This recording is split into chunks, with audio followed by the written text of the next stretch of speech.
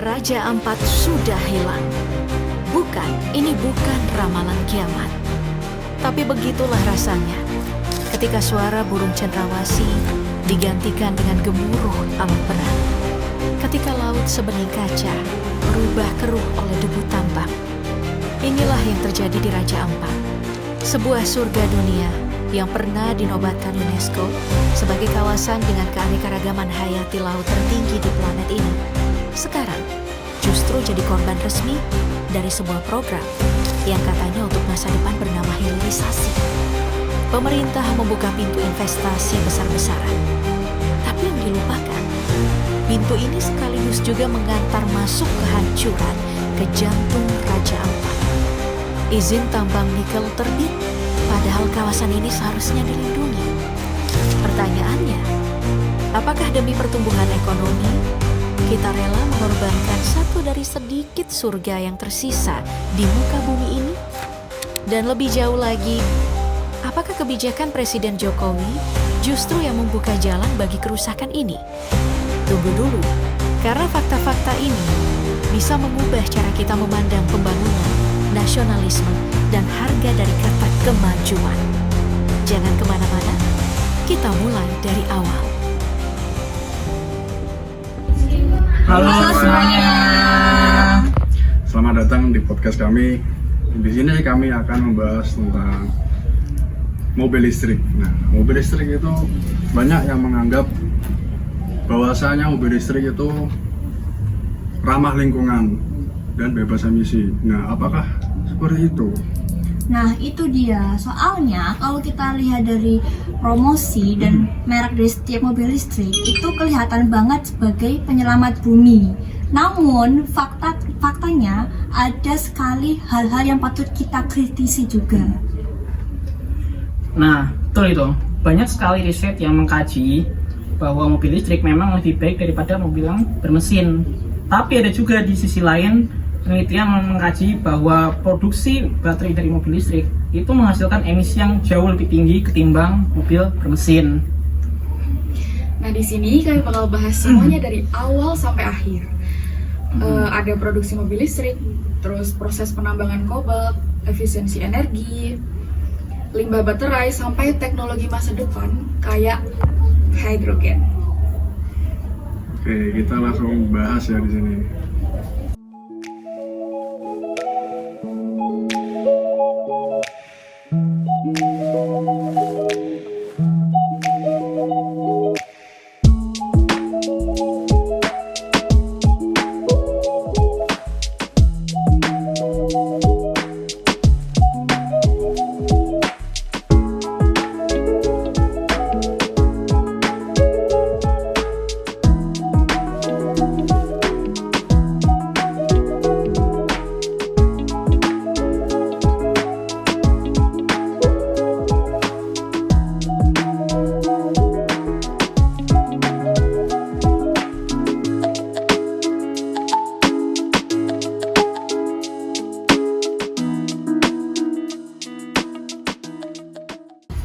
Sebenarnya kelonjakan mobil listrik ini muncul karena ada kekhawatiran terhadap suhu panas di bumi yang semakin tinggi.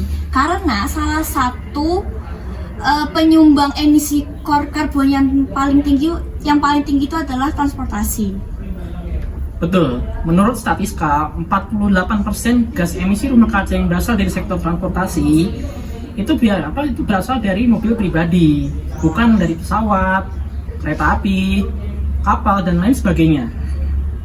Jadi kan seperti yang kita tahu ya, akhir-akhir ini tuh pabrikan mobil kerap menggencarkan pembuatan mobil listrik dengan klaim tanpa emisi, bebas polusi. Nah, masyarakat tuh jadi tertarik gitu untuk beli mobil listrik karena klaim tersebut itu sejalan dengan kampanye Go Green. Betul sekali. Tapi kayaknya ya itu dari masyarakatnya sendiri, dari publik juga banyak yang setuju juga, karena mobil listrik itu kan ya tadi sih kayak ramah lingkungan dan nggak ada knalpotnya juga. Tapi yang mau kita bahas itu tentang ini, dampak selanjutnya dari pembuatan mobil listrik tersebut. Karena mobil listrik juga kan baterai dari mobil listrik itu dibuatnya dari sebuah nikel ya, salah satu nikel juga itu. Nah itu bisa juga kedepannya merusak lingkungan. Bener-bener banget. Menurut New York Times, produksi mobil listrik itu lebih banyak menghasilkan emisi karbon daripada mobil yang bermesin. Kenapa? Karena baterai lithium ion yang ada di dalam mobil listrik itu mengandung bahan-bahan langka yang sangat sulit didapatkan. Dan tentunya selain baterai lithium, barang langka itu ada namanya kobalt. Dan kobalt ini bukan sembarang barang biasa. Untuk mendapatkan kobalt yang lebih, itu harus dibangun yang namanya pertambangan khusus kobalt yang skalanya itu harus besar-besaran. Dan jika besar-besaran ini itu akan sangat berinsentif sekali terhadap energi masa depan. Bahkan kami tuh menemukan hal-hal yang mengejutkan. 55% cadangan kobalt dunia sekarang itu berada di Republik Demokratik Kongo. Nah, 70% produksi kobalt global itu juga berasal dari sana. Selain itu, penambangan ini tuh sering dikaitkan dengan pelanggaran HAM, lalu eksploitasi pekerja, dan kondisi yang berbahaya. Jadi ironis ya, mobil listrik diiklankan sebagai mobil yang ramah lingkungan, tapi bahan bakunya diperoleh dari proses yang nggak ramah lingkungan dan manusiawi. Belum lagi, produksi mobil listrik ini, bahkan satu mobil listrik itu aja sudah menghasilkan banyak energi dan banyak menghasilkan karbon CO2. Bahkan menurut peneliti Energy Shake, mobil listrik ini 15%-nya itu lebih banyak menghasilkan karbon emisi daripada mobil yang bermesin. Makanya banyak orang yang bilang, aduh kalau kayak gini mending mobil mesin aja dong daripada mobil listrik. Tapi tunggu dulu, gambarannya itu nggak sederhana itu. Bahkan setelah diproduksi, mobil listrik itu punya keunggulan yang besar banget. Nah, disinilah mobil listrik mulai kelihatan keunggulannya. Setelah selesai diproduksi, mobil listrik nggak punya emisi knalpot karena tidak ada proses pembakaran. Nah, kalau mobil yang listrik itu kan menghasilkan CO2. Nah, kalau kita bandingin dengan mobil yang bermesin, itu kan mobil itu kan pakai bahannya kan bensin. Jadi itu kan selalu mengeluarkan terus-menerus polusi yang bisa bikin bumi itu semakin panas suhunya. Nah, belum lagi kalau kita ngomongin soal efisiensinya, yang dimana mobil mesin itu bisa mengubah dari 16 sampai 25% energi mesin menjadi sebuah tenaga. Sedangkan kalau mobil listrik itu bisa mengubah 87 sampai 91% energi baterai menjadi baterai mobil listrik. Masalahnya, energi buat ngecas mobil listrik di Indonesia sendiri itu masih berasal kebanyakan tuh dari PLTU batubara, guys. Yang notabene itu bersifat polutif. Jadi mobil listrik memang nol emisi saat ini, tapi listriknya belum tentu nol emisi juga.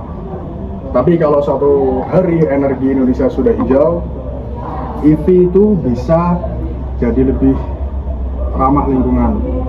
Tapi kita tuh ada masalah yang besar, itu limbah baterai mobil listriknya. Jadi umur pakai baterai mobil listrik ini hanya bisa dipakai dari 15 sampai 20 tahun aja. Dan ketika masa pakai baterai tersebut sudah habis, kita butuh membuang atau mendaur ulang. Nah, masalahnya Tingkat daur ulang baterai lithium ion itu cuma sekitar 5% secara global. Bandingkan dengan baterai lead acid di mobil bermesin yang tingkat daur ulangnya 99%.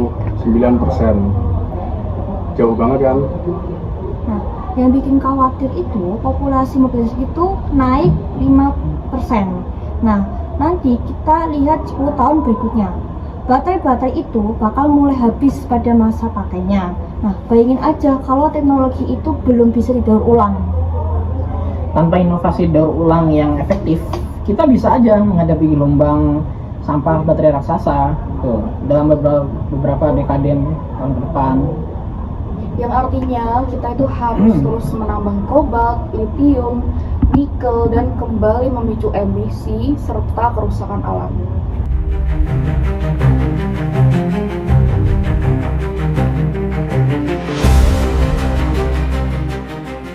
Selanjutnya ada teknologi hybrid. Banyak orang beranggapan kalau hybrid itu jalan tengah ya. Jalan tengah paling realistis paling realistis untuk negara berkembang. Kenapa? Karena teknologi hybrid itu tuh tetap pakai bensin. Namun ada sistem listriknya. Jadi tuh sistem listriknya tuh membantu untuk mengurangi energi bensinnya itu. Jadi tuh kayak lebih jauh berkurang gitu. Nah, hybrid juga nggak terlalu bergantung pada infrastruktur listrik yang masih terbatas. Jadi kemana aja masih bisa jalan dengan mengandalkan energi dari baterai tersebut. Meskipun baterai tersebut tidak sebesar mobil listrik. Tapi tetap aja, hybrid itu nggak sepenuhnya bebas emisi guys. Hybrid itu lebih baik dari bensin, tapi tidak semurni mobil listrik. Walaupun begitu, untuk kondisi sekarang harga bensin naik turun, charging station masih terbatas. Hybrid lebih cocok buat banyak orang. Nah, itu termasuk topik yang menarik karena banyak mayoritas otomotif yang melihat teknologi hybrid ini sebagai teknologi masa depan, bukan mobil listrik. Nah, iya benar itu. Jadi hidrogen memiliki siklus yang paling ramah lingkungan dibanding mobil listrik. Nah, caranya itu adalah air lalu hidrogen yang setelah itu diubah kembali menjadi air dan dikonversi kembali menjadi tenaga di sebuah mobil. Jadi benar-benar ramah lingkungan. Pengisiannya juga cepat banget. Mobil listrik butuh waktu 30 menit sampai 1 jam buat fast charging. Kalau mobil hidrogen itu bisa 1 sampai 2 menit buat full tank. Tapi kita harus jujur juga ya, teknologi hidrogen masih punya banyak kendala. Tangki hidrogennya itu harus bertekanan sangat tinggi. Nah, infrastruktur stasiun hidrogen belum siap juga, dan risiko keamanan masih tinggi. Nah, tapi walaupun begitu, banyak kok negara-negara Eropa, bahkan negara Asia pun kayak Korsel, Jepang, itu tuh mulai serius mengembangkan teknologi ini. Nah, jika teknologi ini benar-benar bisa diandalkan, mobil listrik bisa jadi kayak transisi gitu. Jadi mobil listrik ini bukan tujuan akhir dari ramah lingkungan gitu. Kalau ngomongin soal otomotif nih ya, kayaknya kurang deh kalau nggak melewatkan yang namanya pembahasan tentang mobil juga, yaitu self driving. Tapi apakah di Indonesia benar-benar bisa diterapkan? Mungkin jawabannya belum ya. Self driving itu butuh kondisi yang ideal.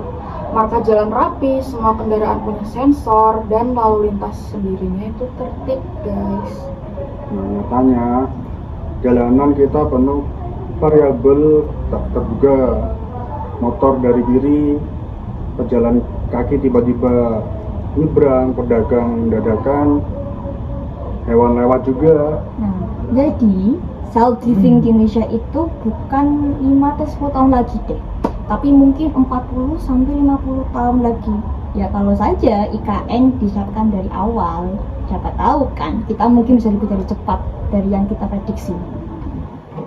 Nah, jadi setelah pembahasan panjang lebar, kesimpulan dari kami adalah mobil listrik memang lebih baik daripada mobil mesin, tapi belum sepenuhnya ramah lingkungan mobil listrik tersebut. Nah, mobil listrik itu cuma sebagai solusi sementara yang masih perlu banyak perbaikan, terutama di emisi produksi baterai. Lalu ada etika pengembangan kobalt, lalu bagaimana kita cara daur ulang baterai, dan ada sumber listrik yang masih kotor gitu. Tapi jangan salah, mobil listrik tetap punya masa depan yang cerah kalau energi bersih makin meluas dan daur ulang baterai makin canggih. Dan kita sebagai konsumen harus pintar juga. Jangan cuma ikut hype, tapi paham sisi teknologinya, karena produk yang terlihat hijau belum tentu juga benar-benar hijau. Terima kasih sudah mendengarkan pembahasan yang sangat lengkap ini. Semoga ini bisa membantu wawasan dan bisa menjadi bahan diskusi di kelas nanti. Dan kalau kalian punya pendapat tentang ini, boleh banget sampaikan ke kami. Oke, selamat bertemu di episode selanjutnya. Dadah semuanya.